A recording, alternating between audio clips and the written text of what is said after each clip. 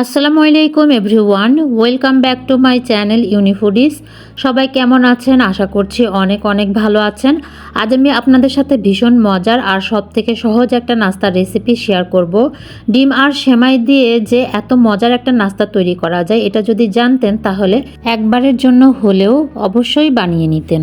এটা তৈরি করার জন্য এখানে 1 প্যাকেটের মতো লাচ্চা সেমাই নিয়েছি আর নিয়েছি একটা ডিম। তাহলে চলুন দেখে নিই নাস্তাটা কিভাবে তৈরি করতে হয়।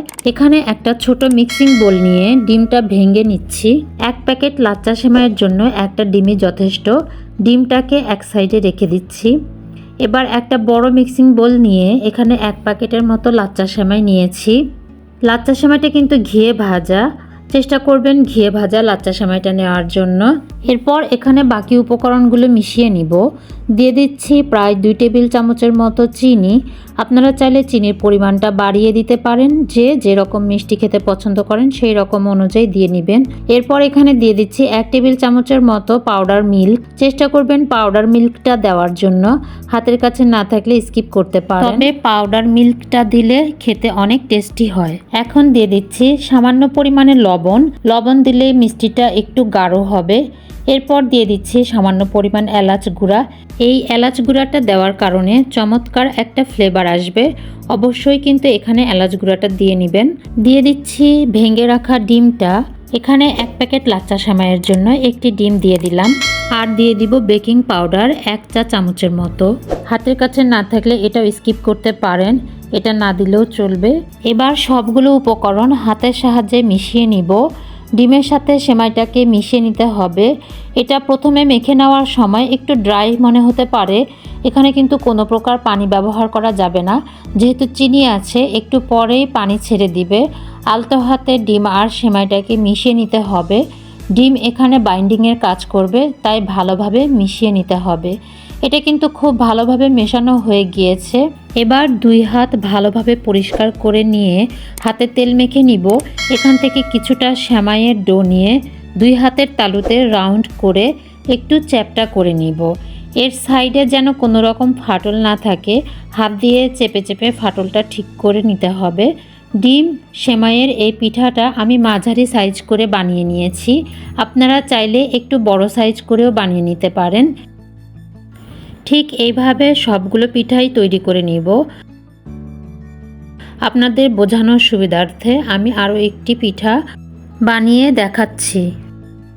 তো সবগুলো সেমাই পিঠাই কিন্তু বানানো হয়ে গিয়েছে।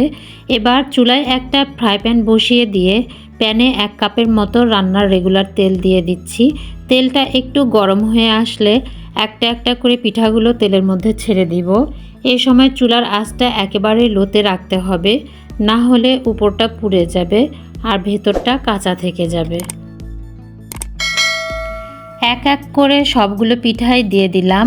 সবগুলো পিঠা দেওয়া হয়ে গেলে চুলার হিটটা একটু বাড়িয়ে দিতে হবে। চুলার হিটটা এই সময় লো মিডিয়ামের মাঝামাঝি রেখে পিঠাগুলো ভেজে নিতে হবে। কিছুক্ষণ পর দেখবেন পিঠাগুলো ফুলতে শুরু করেছে। এইভাবে কিন্তু উল্টিয়ে পাল্টিয়ে পিঠাগুলো মুচমুচে করে ভেজে নিতে হবে। এই পিঠাগুলো একবার বানিয়ে 15 থেকে 20 দিনের মতো সংরক্ষণ করে রাখতে পারেন। যে কোনো এয়ারটাইট বক্সে এটা সংরক্ষণ করা যাবে। সংরক্ষণ করার সময় পিঠাগুলোকে পুরোপুরি ঠান্ডা করে নিয়ে তারপর বক্সে রাখতে হবে। সকাল বিকালে চায়ের নাস্তায় এই পিঠাগুলো বানিয়ে সার্ভিং করতে পারেন। সময় কিন্তু খুবই কম লাগে আর অল্প উপকরণ দিয়ে তৈরি করে নেওয়া যাবে। পিঠাগুলো দেখতে যেমন সুন্দর, খেতেও কিন্তু বেশ দারুণ লাগে। তো সবগুলো পিঠাই ভাজা হয়ে গেছে। এখন তেল ঝরিয়ে একটা সার্ভিং ডিশে আমি তুলে নিচ্ছি। অসম্ভব সুন্দর হয়েছে। পুরো পরিবারের মন জয় করতে এই পিঠার কোনো জুড়ি নেই।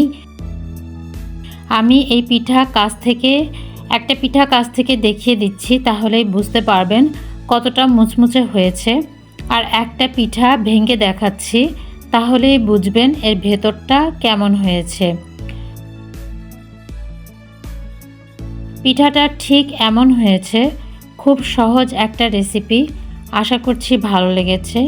আর ভালো লেগে থাকলে অবশ্যই একটা লাইক দিবেন আর কমেন্ট করে জানাবেন কেমন হয়েছে, এবং অবশ্যই আমার চ্যানেলটি সাবস্ক্রাইব করবেন প্লিজ।